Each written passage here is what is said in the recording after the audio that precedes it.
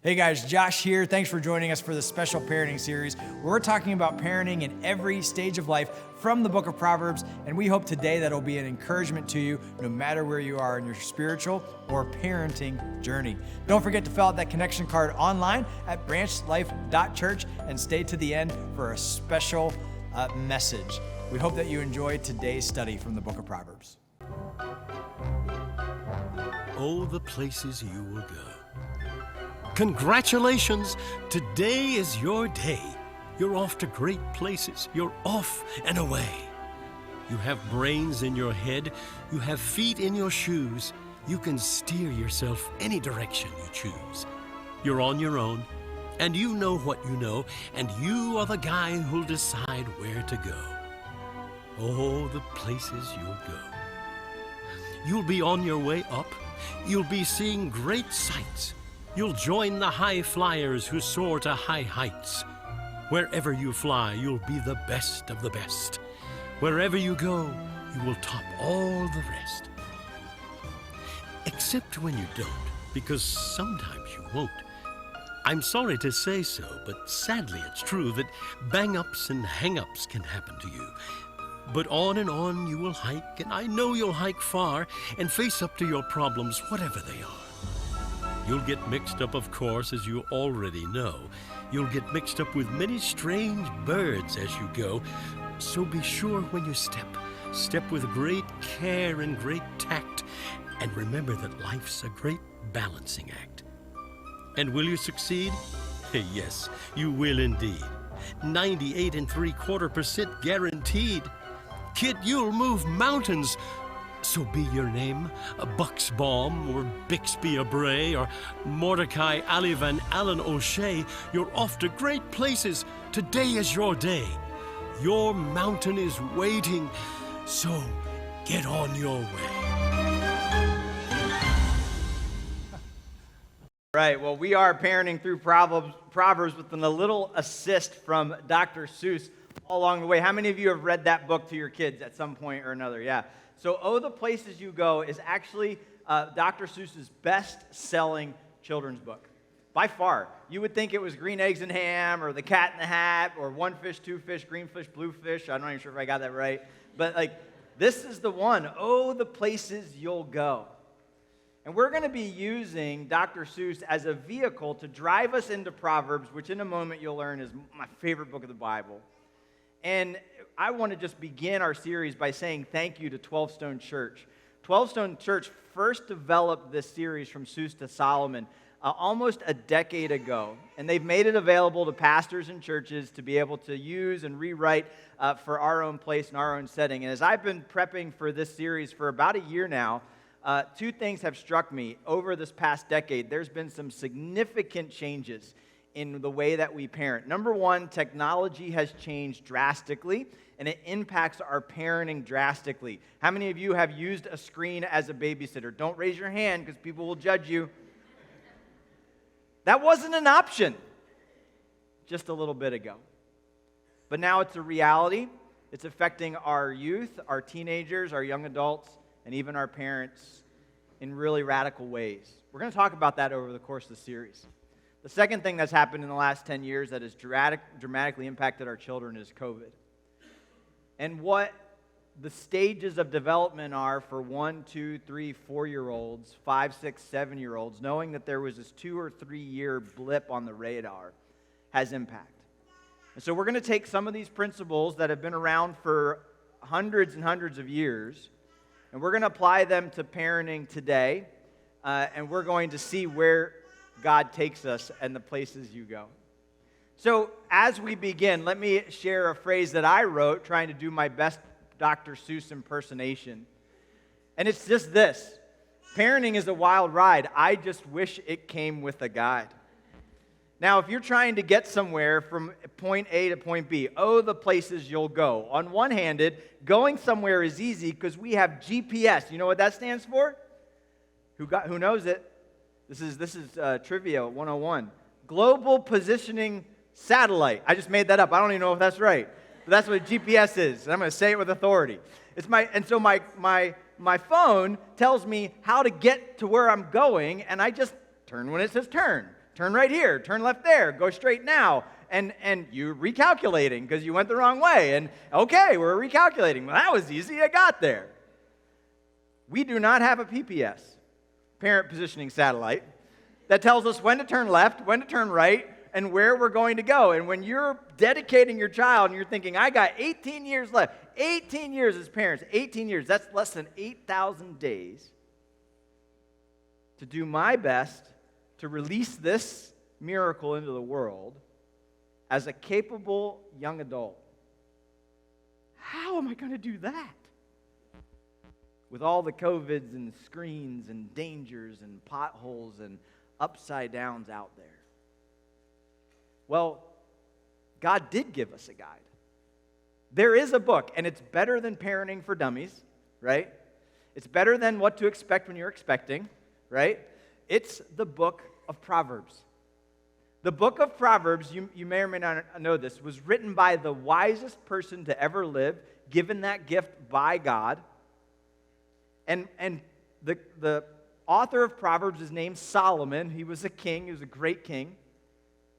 And Solomon wrote a collection of sayings called the Book of Proverbs that have been assembled for us and preserved for us so that we can live and take the godly principles that are in Proverbs, the wisdom principles, and apply them to our lives. One caveat, a proverb is not a promise. It's a different type of literature.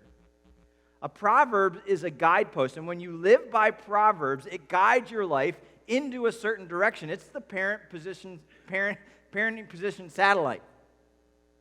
And if you want to know when to turn left and when to turn right and when to go straight and when to recalculate, Proverbs gives us those principles. Listen, you can follow those principles to a T, and you still might get lost along the way. That's why they're not promises.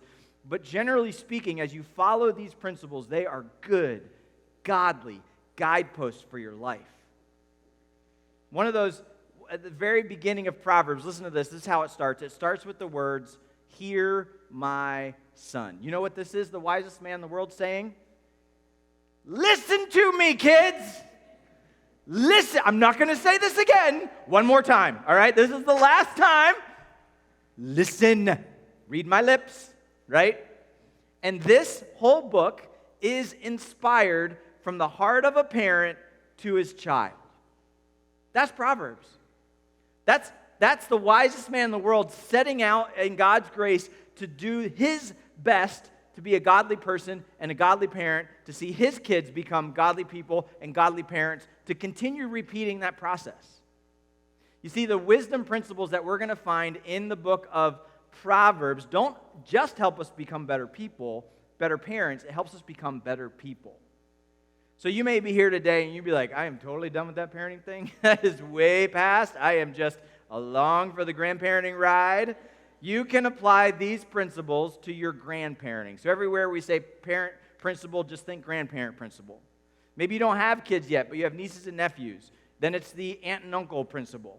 Maybe you're hoping someday to have kids. Then it's the I'm going to be a parent someday principle. Maybe you're just ready to kind of apply this to the way that you interact with people in general. Then it's just a person principle.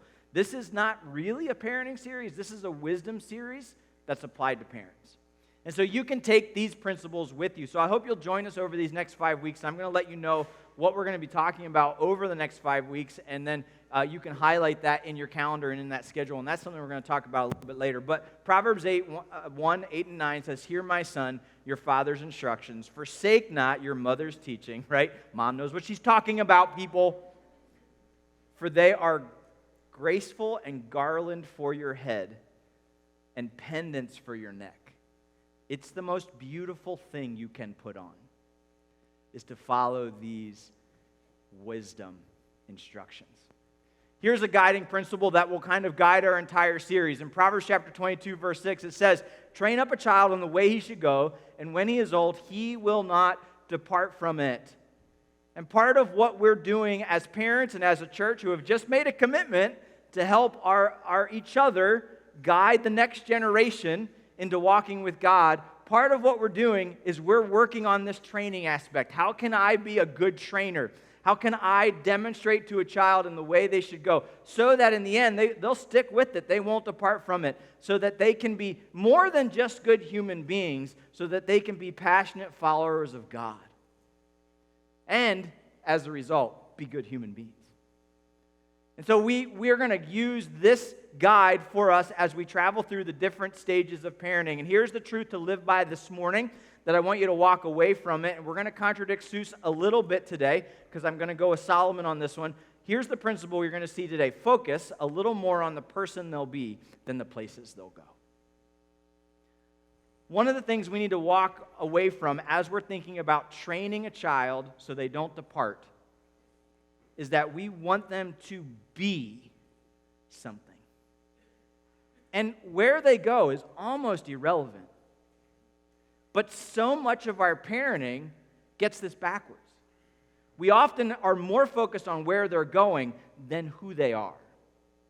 I want them to be a state champion. No, I want them to be a good person who is a state champion. I want them to be a successful in their career. I want them to get there. No, I want them to be a godly parent. I want them to be a godly young adult. I want them to be a godly young lady who is successful in their career. And so we want to focus on who they're going to be. Now, how do we do that? Well, over the next couple of weeks, we're going to talk about, starting next week in week 1, the discipline years. We're going to talk about ages 1 through 5 and some principles that we can apply in those stages of life if we're parenting 1 through 5, if we're grandparenting 1 through 5, if we're teachers of preschool kids. And then these are the discipline years, right? And in a moment, I'm going to explain what that means, but this is the time where they just got to do what you say and don't ask any questions, right? Then we get to the training years, years 6 through 11. This is all the way up till their preteens. The chaos of junior high is in here, right? The training years. In week 3, we're going to talk about the coaching years, where your responsibilities, they shift a little bit in how you guide kids. Then in week 4, we're going to talk about the friendship years. This is a large age bracket. This is 19 and up. So how do we parent? How do we connect with those that are out of their teens? And then in week 5, it's kind of a bonus episode. We're going to talk about parenting a prodigal, because one of the main questions we have is, what do I do with a strong-willed child? What do I do with someone who just won't listen? What do I do with someone who's just kind of doing their own thing and it's not a good thing? And we're gonna come back to that, because that's a great conversation that we're going to have together. Really, parenting is developing leaders. And I've really lived by kind of a pattern for developing leaders, and I saw this pattern in these same age brackets. And here's something that I live by. This is a way that we've planted the church. This is a way that I've done teen ministry since 2000. Really, week 1, we're talking about I'll do it and you watch. This is the discipline years, right? This is babies. I'm going to do it. I'm going to feed you. I'm going to clothe you. I'm going to make sure you keep breathing, and you just come along you just watch, right? I remember when Delaney was born, and for us as parents, we had a battle of undiagnosed infertility. So we never knew if we were going to have kids of our own. So 7 years after we were married, we were able to get pregnant. Delaney was born, and I thought I had a glass vase in a baby. Like, I didn't want to break her. I was like, what do I do? How do I hold it? And there was a nurse that came in, and she swaddled the baby, right? And I didn't know, what is swaddling? Well, now I know. And she grabbed this newborn baby, and she was under 5 pounds, so you all know, like, her head was like this big. And she grabbed the baby, and she's like, whoo, whoo, whoo, whoo, whoo. And all of a sudden, she was snug and swaddled and content and happy, and popped in the boppy and handed her over, and I'm like, oh, so more like a football. Like, I can do this. Like, no problem. I'll put him right here, and we're just going to go through life. And the baby, for the 1 through 5, is just along for the ride. You're just, all right, here we go. And no, yes, okay, no, right? And then, no, I said, don't touch the stove. Bam, and I hit their hand, right? So we're just disciplining because we know a little bit of pain is going to keep them from a lot of pain. We're not abusing, we're disciplining. Big difference. And we're going to say, hey, I'm going to do it, you watch. But now they're going to get a little bit older, and when they get to their training years through 6 to 11, our format changes. I'm going to do it, and you're going to help. This is where chores come in, right? You're going to walk the dog and like it. Yeah. You're going to do the dishes. You're going to, and I'm going to train you on how to do this. I still have to walk you through the chores. I still may have to do it for you sometimes. We all know, parents, about re-washing dishes, do we not? Correct? Like, that's the training years. This is how it happens. I remember I had a bunch of preteens and just coming into junior high teens. We moved into a new house. We were working with teenagers, and they all wanted to help us move in our house. So we're like, okay, you guys can paint the living room. So we repainted the living room after they left and got it all done correctly. That's training. That's the training years, right? And then you move into their teen years, and you see the switch. Now you do it, and I'll help. Now you do it, and I'll help. And so you're gonna get more responsibility. You're actually going to drive the car, right? And I'm going to sit in the passenger seat. That is a metaphor for the teenage years. And learning this, teenagers, is going to be important for you to listen to these principles. Learning this is powerful. And teenagers are ready for more responsibility, and they beg for it, and they want it, and parents aren't really ready yet to give it. But you get to become a coach. This is practice. We're in the practice field. This is now they're in the game, and you're on the sideline coaching, calling the plays, right? Now we're going to get then to the final phase, and this is you do it, and I'll watch. You see how it's totally flipped around.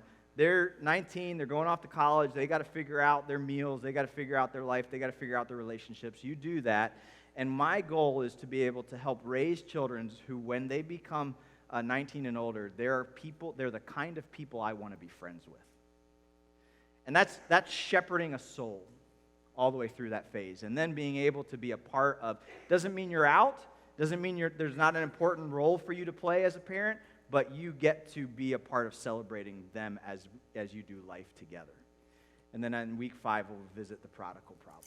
So let's jump into today, and this is the question you might be asking yourself as we just intro the series with our last final moments. What can you do right now, to become a better parent? Well, just already decide to come back for the next couple of weeks, right? That's a big thing, so just make that decision. But if you could focus on something throughout this week to become a better parent, what can you focus on? Turn your Bibles with me to Proverbs chapter 3.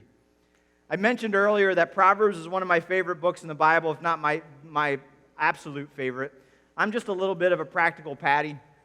I just love practical advice. I love just getting right to the point, and Proverbs does that. It just gets right to the point.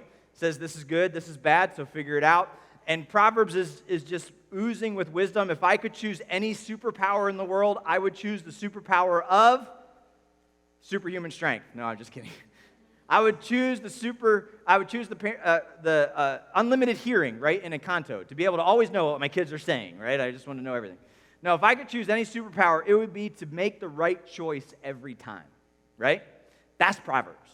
So Proverbs guides us into making the right choice every time. And back in 1989, my grandmother gave me a Bible. And when she gave me that Bible, as I was 1989, I was 11 years old, and she gave all the boys a Bible. In the front leaf of the Bible is what I have framed here. She wrote for me in the front leaf, Proverbs 3, 5, and 6, in her own handwriting. Dear Joshua, trust in the Lord with all your heart. Lean on your own understanding. In all your ways, acknowledge Him, and He will direct your paths. Proverbs 3, 5, and 6, down here, it says, Blessings and Love, Grammy Park, Christmas 1989. The Bible has long since disintegrated, but this message has never left me. She began to, over the next 4 years, go into her battle with Alzheimer's. And even though she couldn't explain to me what I was supposed to do as a teenager who loved his grandmother, she had given me the best advice ever the Christmas before she got sick. Josh, trust in the Lord with all your heart. Lean on your understanding. In all your ways, acknowledge Him, and He's going to direct your paths. I got mad, I got angry, I got upset, but my grandmother, in that verse, helped me through that problem. And so we visit a very important passage to me today. Proverbs chapter 3. Proverbs chapter 3, starting in verse 1. My son, so it starts again, my son, 23 times he says this in Proverbs. My son, do not forget my teaching, but let your heart keep my commandments, for length of days and years in life and peace they will add to you. All right, so we're going to start our parenting series off by talking to kids. Why should you listen to your parents? This promise honor your father and mother, which is one of the promises repeated in the New Testament. Honor your father and mother is the only principle with a promise of a longer life. Right? It will literally add length to your days and years to your life. Not the kind of like, I wish this was over already, mom and dad, length of days, but the kind of like, you're going to get to live, it's going to save your lives.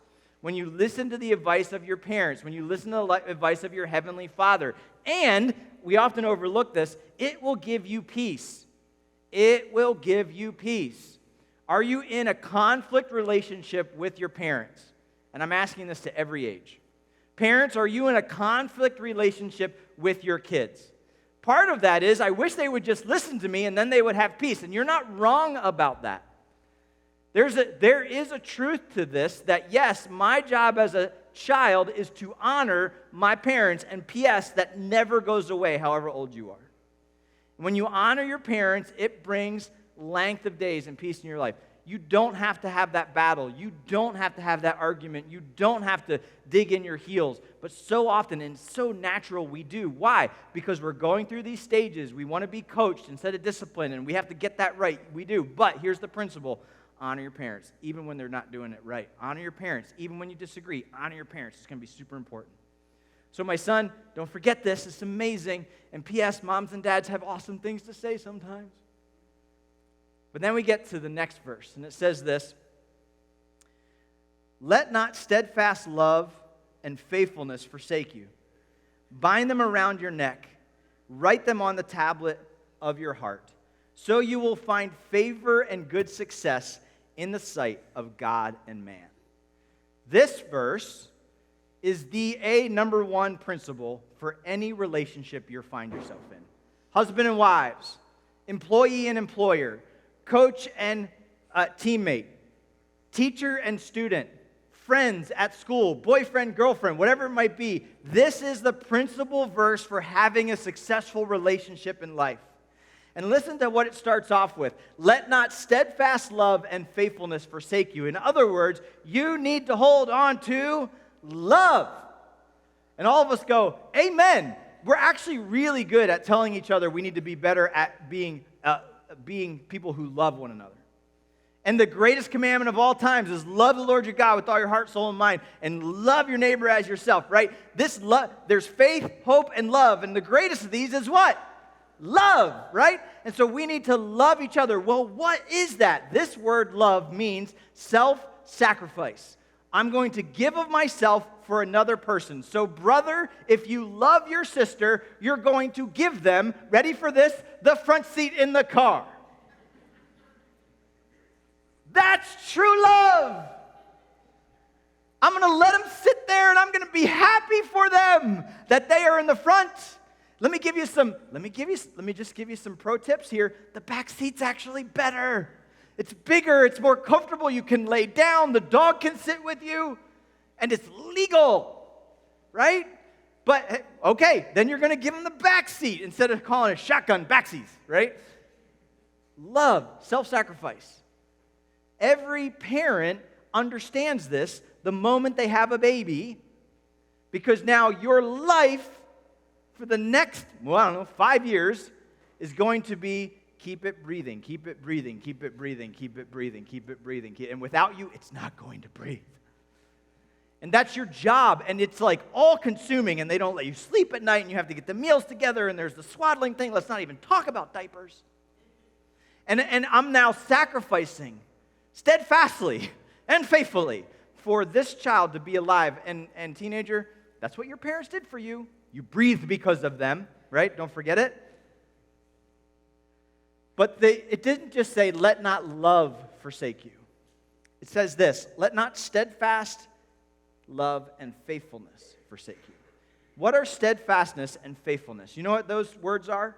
Those two words are time words. They both could be translated something with consistency over time. Consistency over time. I can love you for a moment and then despise you in the next moment. That's not steadfast. I can love you today and forget about you tomorrow. That's not faithful. But steadfastness and faithfulness simply mean consistency over time. And so what is this verse telling us about how we can become better parents today? It's simply telling us that one of the things we need to focus on to become better parents is time. We need to focus on consistency over time. And here's the principle: what we do with our kids is far more important than what we do for our kids. What we do with our kids is far more important than what we do for our kids. Dads, you work all day to bring home a paycheck. And without that paycheck, they wouldn't have a bed to live in. They wouldn't have a car to drive around in. They wouldn't have the dogs that they will not agree to walk. They wouldn't have the clothes that they are wearing. But kids will not give you that credit. What they need, and what is far more important, is for you to sit with them. They need you to have a conversation with them. They need you to throw the ball with them in the backyard. They need you to drive them to and from soccer practice. They need you to sit down and have a meal together. You see, moms, this happens to you guys too, or dads, and you're prepping the meal. What takes longer, and we all know the answer to this, prepping the meal or eating the meal? I mean, sometimes it's hours. My wife is planning our dinners often like the morning of. And she gets the crock pot out and the meat's cooking, and she had to think about that ahead of time, and she had to buy that at the grocery store, and she had to know that's what she was going to do. And she puts that roast together, which is my favorite meal, by the way, if you ever have me over to your house. Roast in a crock pot with those soft carrots and some, and then bread. Man, I miss bread. So we have these meals, right? And it takes hours to get together, and then they're in the thing, and everyone's running around. You're doing your own thing, and Dad's home tired, letting him do his thing, so I'm just going to do it. And then she puts it out on the table, and she says dinner's ready, but you're not finished with the round in Fortnite, and there's still a conversation that you're having online. Everyone kind of finally makes it to the table, and they get around the table, and one of them's going to ask, Will Park, can we eat dinner anywhere? And he's going to want to go somewhere to eat dinner. I told you about this the other day, and you're eating dinner anywhere, but the problem with eating dinner anywhere is that means you're going to eat in front of a screen. And all of a sudden, dad's watching the news, daughter's on, Netflix, son's on Fortnite, and you're shoving in the roast beef that took hours to make. And you did that for your kids. But you know what's more important? What you do with your kids. It's more important to actually take the effort to eat together. Because that 15 minutes of devouring the roast beef done together is going to have kingdom impact. That is steadfast love and faithfulness. That is being able to say, hey, I want to see you, I want to talk with you, I want to pray with you, I want to put my arm around you. And the more time that we can spend together, the more quality time, it doesn't even have to be a ton of time, the more quality time that we can spend together, the better. So let's focus on times in the day where we can be intentionally together. This works for marriages. This works for siblings. This works for parenting. Be together. Kids, intentionally spend time with your parents. Parents, especially spend time with your kids. And let me just say this right off the bat. It takes work. It takes intentionality. So I phrased it this way for you today. Parenting is good. Parenting is work. Parenting is good work. Parenting is good work. So let your good work shine before men so they can glorify your Father who is in heaven. And it takes a little bit more effort to get around the table some nights. I get it. It takes a little bit more effort to ride in the same car. I get it. It takes more effort to give up work, put work down so you can get back together with your family. And let me give you one more principle. Whenever you say yes to someone else, you're saying no to your family. And so we want to say yes to our family as much as possible because time with your kids is so precious. And listen, that steadfast love, that self-sacrificial, you have 8,000 days from the day they're born till the day they're 19. 8,000 days-ish. And every year you lose 365 of those days. So when you give a day to your child, that's love. When you give an hour to your child, that's love. When you give 10 minutes to your child, that's love. And that's what they are asking us to bind around our necks so that we can be better parents. So focus on time. Find some moments that can be, yes, you're going to have some nights where dinner is everywhere. That's awesome. But maybe you're going to have 3 nights where you get around the table, or 4. Maybe Sunday afternoons you get the whole family together. Whatever it might be. Time. Focus on time. Now, the next one in Proverbs chapter 3, verse 1 through 8, 5 and 6, the big one, right? Trust in the Lord with all your heart, lean not on your own understanding, in all your ways acknowledge him, and he will make your path straight. How do we do this? Well, let's just think about trusting in the Lord, right? I have to figure this out, or God's already figured it out. Which one are we going to go with? And when life turns you upside down, you all of a sudden say, now I've got to figure this out. No. God's already figured it out. And so I'm going to go with what God has in my life. I got a brand new baby, and I don't know how I'm going to get them to the altar, right? God's already got that figured out. So my job is not to figure it out. My job is to trust in the Lord with all my heart and lean not on my own understanding. And so I'm going to go with that. So how do we go with that? Well, focus on prayer. Focus on prayer. The beautiful thing about prayer is it gets me out of the way and put God in the way. It helps me to say my hands are off and God's hands are on. It helps me to remember I'm not in control, but God is in control. I'm handing him the joystick of life. And so when I pray, when I focus on prayer, I am intentionally trusting in the Lord with all my heart and leaning not on my own understanding. So let's focus together on prayer, because you will never be a perfect parent, but you can be a praying parent. And if there's someone in here today that needs to hear this, someone online needs to hear this in this moment, you cannot be a perfect parent. Kids, you need to hear me say this. Your parents cannot be perfect. And we cannot put that expectation on ourselves, and we cannot put the expectation on our parents that they will be perfect. They are not. I am far from a perfect parent. Jenny is really close to being a perfect parent. I've got a ways to go. And so I have to realize that in my parenting, and every parent has the same problem, and every child has the same problem, you are broken. You are broken. You've been broken by sin. You've been broken by this world. For all have sinned and fallen short of the glory of God. We fall short. That's who we are. And so how do we solve our imperfection problem? There's only one person that can do it, and it's Jesus Christ. So I have to put my brokenness, my broken trust in the Lord Jesus Christ so that he can be the one who carries me. He can be the one who carries my family. He can be the one who is the protector of all things. And so when I realize that I cannot be perfect and there's no way for me to be a perfect parent, then I've got to back off and trust God. Listen, the best and first thing you need to do if you're someone in here who doesn't know the Lord and you're trying to parent well is you need to follow Jesus. You need to put your faith and trust in Jesus. He died for you so that in your imperfections, you could be made perfect. Your unrighteousness, you could be made righteous, and you can have life everlasting with God. For God so loved the world that he gave us his only Son, that whoever believes in him will not perish but have everlasting life. You're not perfect, and you can't be. You need Jesus. If you've never accepted Jesus as your personal Savior, consider that today. Maybe you're not ready for that conversation, but you're ready to start going, God, okay, I'll take a little bit of help. If you're out there, give me some help. And listen, if God chooses, he totally can.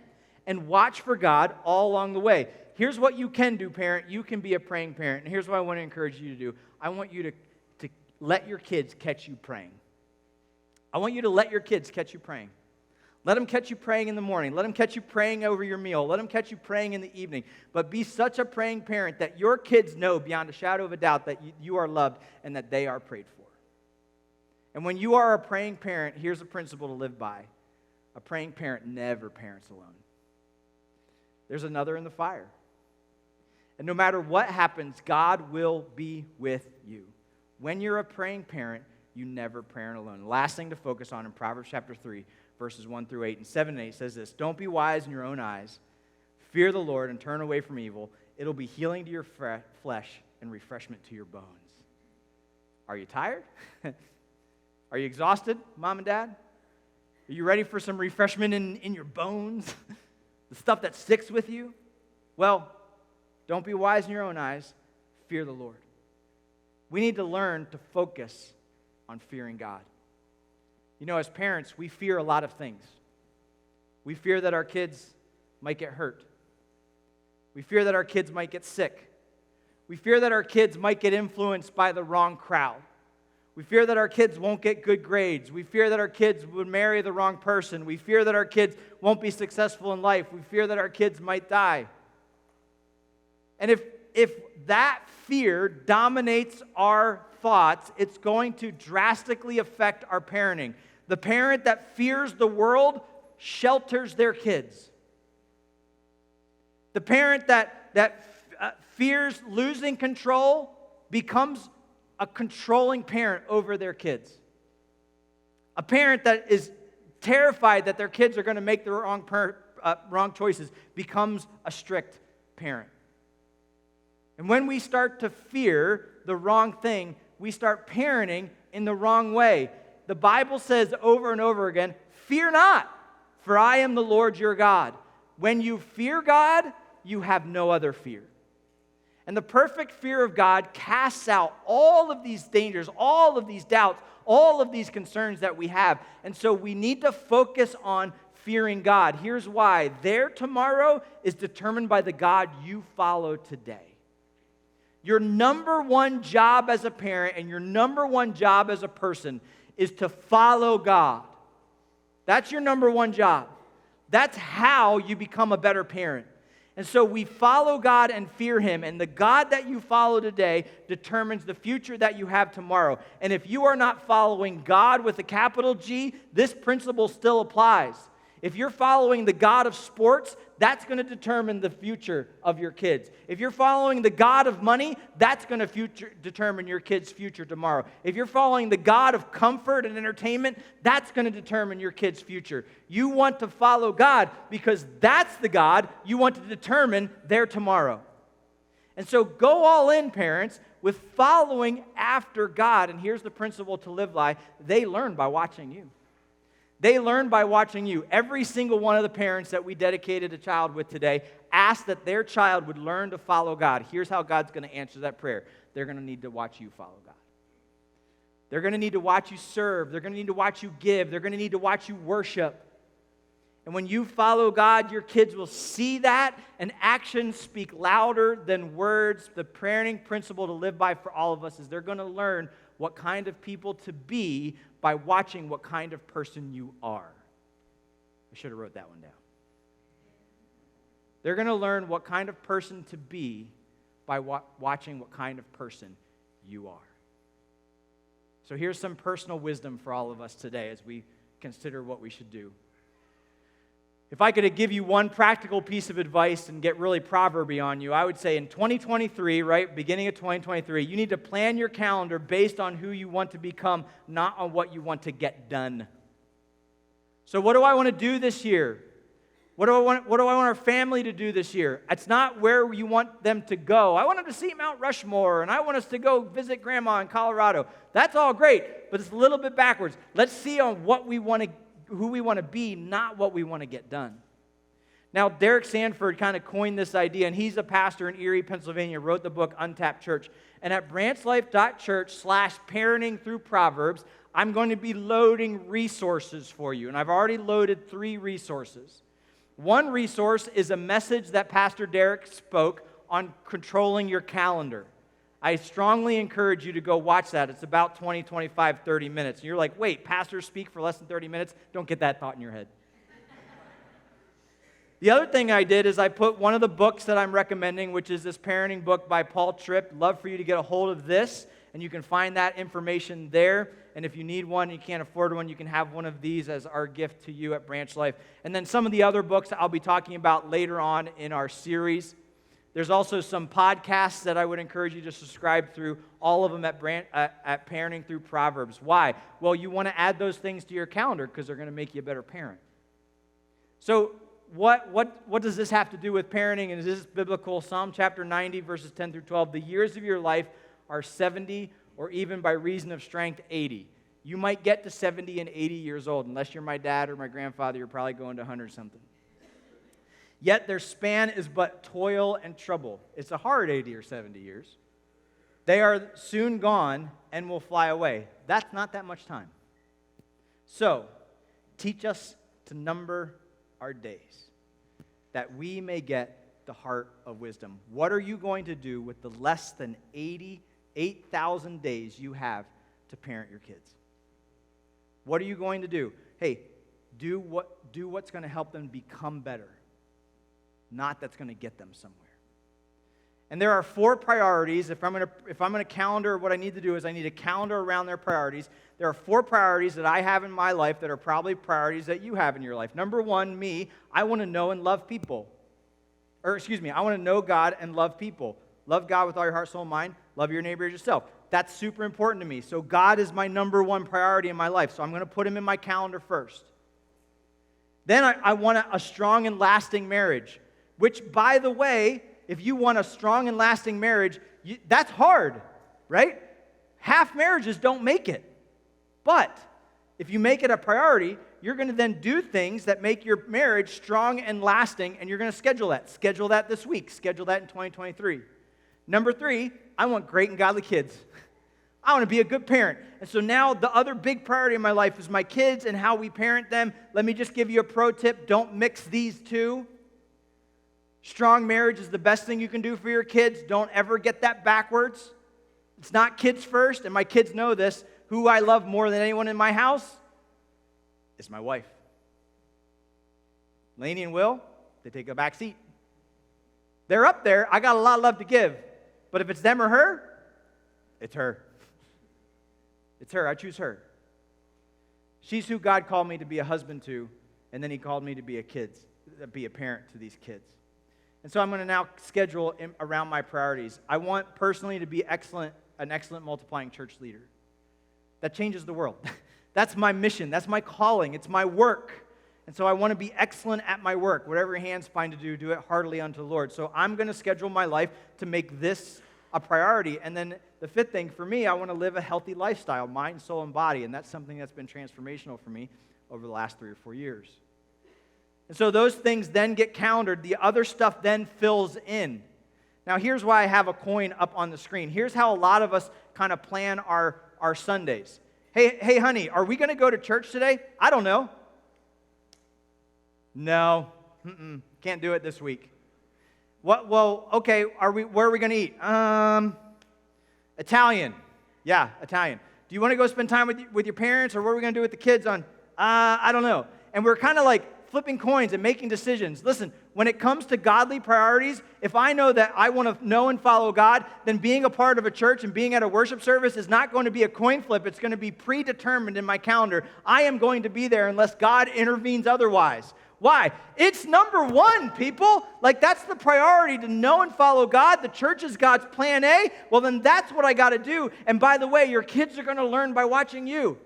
We've got to stop coin flipping our calendars and coin flipping our relationship with God. We've got to predetermine that that's what it's going to be. If I want to have great and godly kids, I've got to determine when to have time with them, when to pray together, when to eat together. And it's got to be set unless God intervenes. So here's the parental wisdom for all of us. Plan your kids' calendars based on what you want them to become, not what you want them to get done. What are we going to do in our calendar of our family life to help them become better at knowing God, at loving each other, and living for him? And that's what's going to go in my calendar. The other stuff is going to fill in. So here's some personal wisdom for parents. Parents, as you plan around your priorities, help them to know and love God. Help them to know and love God. So that's going to determine where they are on certain moments of the week and the year. Help them to know people that are going to point them that way. Teach them to love and respect mom and each other. That's a big deal. The family relationship, that's number 2. So we're going to respect each other in our house. It's going to be a big deal. Love and respect. Honor your parents. Teach them to be good learners and hard workers. Whatever God calls them to do, whether it's school or sports, help them to be good learners and hard workers. Another priority could be build healthy friendships. So what can I do in my calendar to help them build healthy friendships? And then how can I help them live a healthy lifestyle, body, soul, and mind? Our principle today is this: focus more on the person you want them to be than the places you want them to go.